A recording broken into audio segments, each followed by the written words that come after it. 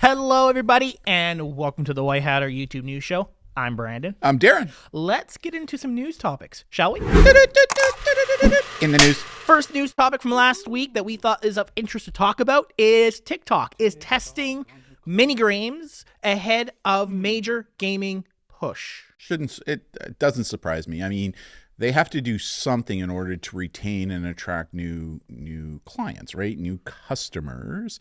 And what better way to do that than engage in gaming, right? Because gaming's such a big thing right now. Yeah. So after entering into a partnership with Zynga last year, And Zynga's the who's Zynga? company.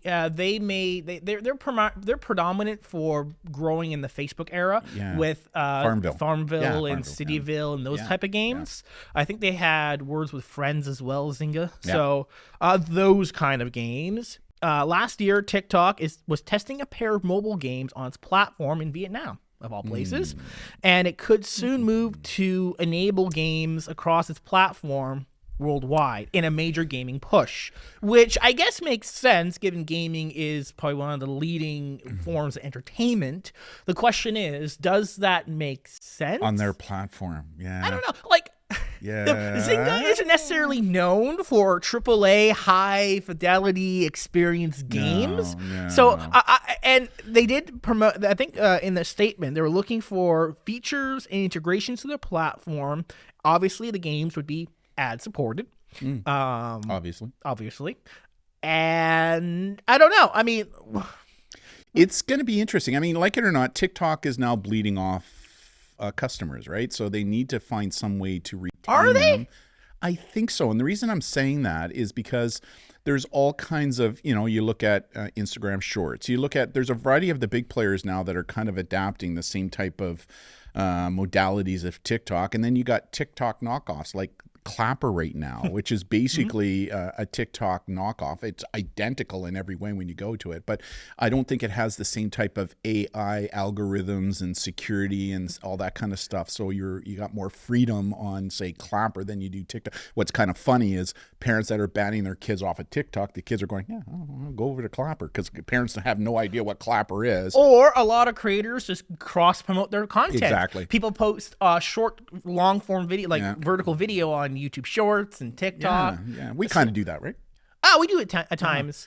But this is one reason why I say to parents, stop chasing the apps and social networks, because they change all the time, right? Like, let's start teaching good digital literacy, because then the principles of good digital literacy will apply no matter what the app, no matter what the platform. Now, to be fair, TikTok itself is a cloned app from a previous app. That's true. But I don't know if this gaming thing is going to fly, depending upon the game. We saw Netflix try and delve into gaming by offering some games with people who subscribe to the platform. Yeah. Now, was that the best use of their money? Well, if you see their stock prices, probably not. So I don't know. I think every company is trying to get into the gaming world, but, you got to make good games. Yeah. So I agree. I don't know if Zynga has the ability to do that for TikTok. I don't know. We'll see. I mean, I hypothesize they will probably make a cloned version of Wordle. Yeah, maybe. They'll make some kind of Wordle-like game on TikTok. Yeah. What's Wordle, just for those people who don't know what it is? Who doesn't know what it is by this point? So it's that extremely popular game that was made by some developer over a weekend. Just a and they sold it to hundreds and thousands of dollars to New York Times. Now, people of all ages every day just try and solve the Wordle puzzle. It's like your mother does it. Yeah. Every day she does it. In fact, she's able to solve it. She's getting really good. She can usually do it within two tries, maximum 3. Like, it's amazing. I wouldn't be surprised if Zynga creates some kind of knockoff Wordle game for TikTok. That's a good prediction. Maybe. We'll see. We'll just have to wait and see what the game is and how it performs in Vietnam. And just because it performs well in Vietnam doesn't mean it's going to perform well with North American users, right? So, interesting. But it doesn't surprise me that they've gone over. I want one of these. Next social media topic is Snapchat has been known for launching physical products, and the latest one is their VR glasses, right? Yeah, they're well, not VR. It's their spectacle. Yeah, they're camera-enabled glasses. Yeah. Now they have a flying camera drone, so it will retail for about $220-ish, $30, 300 Canadian. Yeah. And what it is, so it is a drone, tiny pocket drone that fits into your pocket, and it is enabled. It has 1 gram, so super light. You don't need a drone license for. In Canada. In parts of the world like Canada, where I think it's 200 and I think it's under 300 grams. Yeah, I'm not sure, but there is a limit that you have to get a drone license, but only like $20.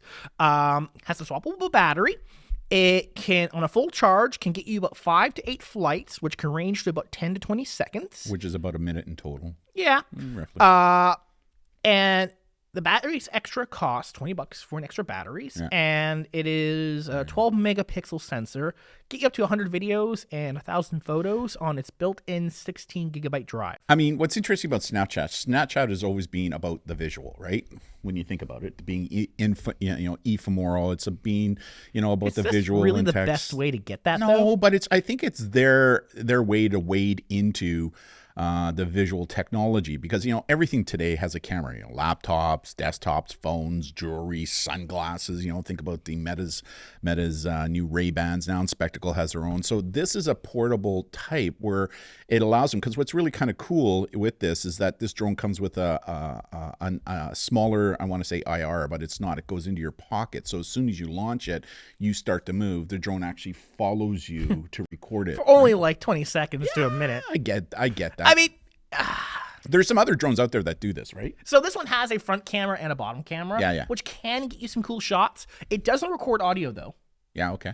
So, I mean, Yeah, I think for people that are kind of into Snapchat and use Snapchat a lot, it's a cheaper way to do kind of content, right? it goes directly into your memories in your app. Yeah. I don't know. For content creators, is this the best use of $300? Yeah, I think it's gimmicky for sure. For sure. It kind of reminds me, I keep telling you that, like the Ring doorbell, they got that drone that flies around. I'm going to get one of those because I want to put it behind us while we're talking, have this thing lift up and follow around. But I mean, I think it's their, I don't think we can use the footage though. No, we'll see. They're dipping their toes. I think Snapchat is dipping their toes into the drone market, because the drone market is huge, right? Like whoever would have thought, right? But if you're a content creator, you're probably better off getting like a DJI mini drone. Yeah. Again, that's under the drone license limit that you can follow around, have a better battery. a little bit more expensive though, right? But it's only a 12 megapixel camera. So if you're a content creator, would you rather get something gimmicky with lesser quality image, or something like, how this compared to like a selfie stick, right? Yeah, but the thing with the selfie stick is you can see the stick. This thing, you just launch it and it follows you. I mean, what's really cool, like with the GTI cameras that you've seen and I've seen, like during the winter months, there's been some really cool ones where young people are skiing.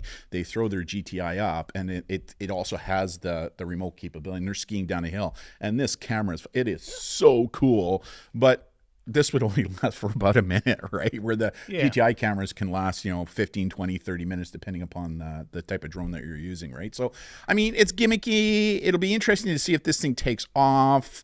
But I do think it's Snapchat's way to kind of dip their toe into the drone world to see where this goes and what they maybe can do with it in the future. I just think it limits you in terms of what you're capable of doing. Like, can't do audio. It's short flight time. Not the small though, small and compact. It is pocket size. So I can see some nefarious uses of this as well. I mean, I can see some. I don't know. For a minute of use, I don't see, because if you're using it nefariously, it would fly for like 30 seconds and then crash, and then you'll be caught. Yeah, I guess. I mean, and again, it's a drone, so does produce some sound. Yeah. It is not. It's probably a really sound, because did you like that? Probably. Drones like that, small blades have Speaking to go of which, really have you fast. seen some of the new drone racing out there right now that uses the augmented reality goggles, where these things, The point of view goggles? like, Yeah. have you seen how fast those suckers I know. go? It's great. It's like, it's like unbelievable. I mean, that's why. Wasn't it Michael Bay I saw an article. Michael Bay don't quote me directly, but when one of Michael Bay's latest, I think it was Michael Bay, Spielberg, one of the known directors, saw a drone operator kind of do that stuff. Yeah, they and hired him. like it was for an ambulance scene. Yeah. Well, what movie was that? I know exactly what I can't remember what movie, but they hired them to. Yeah. The director was inspired. They saw this drone operator just randomly, like, hey, do you want to do a cool shot? Yeah. And like, now full-time job. I know, right? Like, but you look at how fast these things are. I mean, that's why in the Ukraine right now in the war, they're using mini drones as bombs, right? Like they're using them to attack people. Yeah. I mean, it's just unbelievable. But some of these things like are super fast, right? Anyway. Yeah. It'll be interesting to see. It's gimmicky. I mean, it's got the same color, the yellow of the Snapchat Let us color. know in the comments if you what would do you guys think? have an interest or a cool idea how to use this, because I certainly can't think of one. Yeah. Just based on the limitations it offers. But I could be wrong. Who knows? In other product news, I want one of these. Oh, maybe well, not. Maybe not this brand, apparently. 93,000 hoverboards recalled over safety concerns from the brand DGL Group. So this is not Segway's hoverboard, right? No, there's different hoverboard brands of all types. So this one from DGL Group, this was a New Jersey-based company. So we've seen recalls over battery fire issues. This recalls over a software issue where you tell your board to stop moving. It may not stop move. It may continue going. Well, wouldn't the easiest thing to do is if it didn't stop, just jump off of it. Yeah, but then you got your product running in the street, and who knows what problems you can get yourself in. But don't these things, as soon as you jump off them, don't they automatically turn off? All I know is that apparently there's a motherboard issue that it can keep going. Okay. I don't know if it is if you jump off, it automatically does that or not, but apparently there is a problem of the sorts affecting potentially 93,000. I was watching TikTok. I love TikTok, as you know, as an adult. And this group, this comedic group, what they did was they dressed somebody up like a zombie, a witch zombie that flies, and they were on a hoverboard, right? But they covered the hoverboard with a long, like the clothing. So when they were moving like this, it actually looked like they were floating down the street, right? And so there are these people. What they did was it was so funny. They set up these people were just in a bus stop, right? Just waiting for their bus, and then these two young people come running by, going, just running. They're going, what's going on? And all of a sudden you see this zombie coming at them, and the people in the bus stop just and they start to run. Anyways, I was actually thinking about getting a hoverboard when we were doing our in-school presentations, rather than walking around the stage hopping a hoverboard. Not this brand though, apparently. Well, how are they going to fix it? So if you have a problem, so the particular models of issue is their Black Go 2008, 2009, and 2010. Those are the ones that were recalled in particular. And you phone the company and they will apparently work with you to get it returned and then fixed. Apparently. Yeah, that's a lot of boards to recall though to ship. I mean, shipping is not cheap. So I don't know how the company is going to supposedly finance 93,000 recalls of shipping hoverboards, which have batteries, which again, battery shipping is its own other ordeal. So I don't know. Just so you know that this particular brand, the Hover One board from this brand, is being recalled. It is interesting, driving around in today's world, how many more people, and not just young people, even like adults, right, are now on these hoverboard type Segway type of devices. Like there are here in Victoria, one of the more popular ones. It looks like a unicycle, but it's not. I've seen those. It was actually created by an IT firm here in Victoria, right? And people are using that to go back and forth to work now. We're seeing this on skateboards now. I mean, the people are using it to travel inside cities, and a lot of people are now going, why buy a car if you live in a city when you can get one of these things to travel? That's why we have bike lanes in Victoria. Exactly. Yeah. No parking though, but bike lanes. Yeah. Last article from last week. Car owners warned over another theft-enabled relay attack. This is nothing new though, right? This is nothing new. So another particular exploit, this is targeting Teslas, using your Bluetooth entry key fob that's kind of built into your phone. Yep. There was another relay attack kind of played with and discovered by security researchers where basically someone would intercept your car unlock code over the air and gain access to your vehicle. This is nothing new. We've seen this before in the past, but the issue has not been fixed, and I don't really see a lot of car makers really putting a lot of effort into fixing it. I know that when I left policing about 6 years ago, it's hard to believe it's been 6 years since I've been retired, but one of the big things that was coming up now were car thieves that were using these big antennas, right? And they would go to homes in the middle of the night in the garages, and they would take these huge antennas and go like this throughout the outside of the garage, hoping that the homeowner left their key fobs close enough that the antenna would pick up the signal from the key fob that they would then clone and then use to break into the car that was in the driveway, either to get into it or for the purposes of stealing it and driving it away. Yeah. So, I mean, this is nothing new. It's just a different vector that they're going after. I mean, the same thing applies to like these smart locks too, right, on homes, right? Yeah, we have Because seen issues with that. do the same thing, right? Where you unlock it directly from your phone. So they're using the Bluetooth capability, right? Yeah, or you walk up to your house with your bags full of groceries. Yeah. Your phone connects to your lock, automatically unlocks for you. Yeah. Then you can walk in without getting your keys. Yeah. Kind of useful, kind of convenient, but... You just got to be careful what lock brand you're using, right? Like we have seen issue with Bluetooth door locks that have had flaws in them that allow an attacker with the right motivation, access, and again, and some of them are getting pretty techie now, right? Like they are, right? Like to break into places, right? True. As technology, I guess hacking becomes more accessible to more common folks, you can expect criminals becoming more...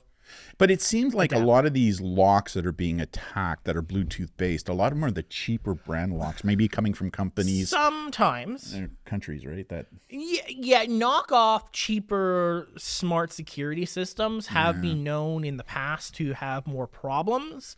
I hate saying, go with the trusted brand because it gives them more power and more control, but from your own safety security, if you're buying a smart product to secure something, make sure it at least has the ability to be updated.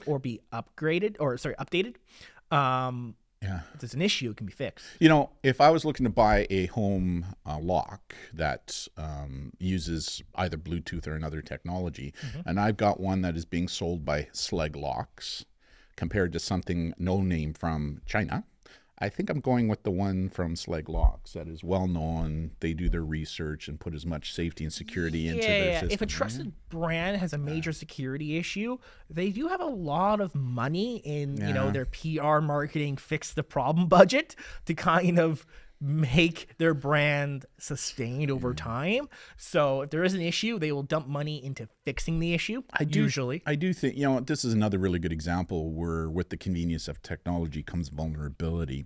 And there is still something that in some cases, maybe old school key and lock is the way to go. Now, Well, I know you're going to say what about bump locking? Bump locks and different lock picking tools and devices that are out there for breaking into physical locks. Yeah. So true enough. There's always been an issue with people trying to break into a locked area via security or a physical locking mechanism. That's why, what's kind of cool is watching some of the white hat pen testers who one of their roles is not only to test the hardware and software safety and security, but also external security like cameras and locks, and watching how they bypass some of these things, right? Like I watched one the other day where, the big locking mechanisms now are the big magnets, right? Where magnets are being used. So in order to get through a door, you have to have the pass key to get to the front. But on the back, if you're trying to exit, they have a sensor. So if you're approaching it from the inside of the home, it automatically unlocks for you.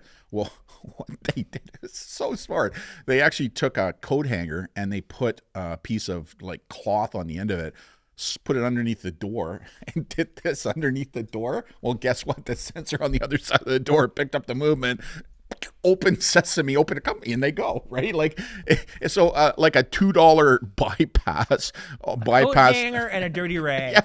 It bypassed a lock that was thousands of dollars that was supposed to be impenetrable, and boom, in they were going, right? So it's interesting, right? When you watch, one of the things that I always said to law enforcement was, if you want to stay ahead of the curve, watch some of these videos, right? Like we were checking people on the street who would have certain things, and we'd be going like, why do they have these things? And then all of a sudden, like, what are they? What are they being used for?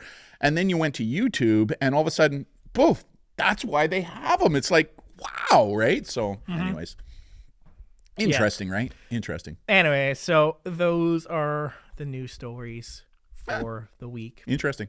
Thank you all for tuning in, and we'll see you all next time. See ya. Bye. Bye now.